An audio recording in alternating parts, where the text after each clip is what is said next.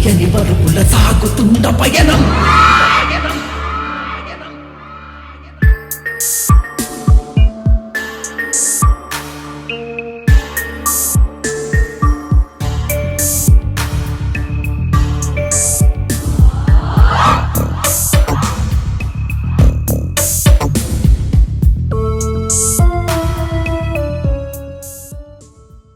నేను డ్రాప్ చేశాను కదరా, ఓ 50.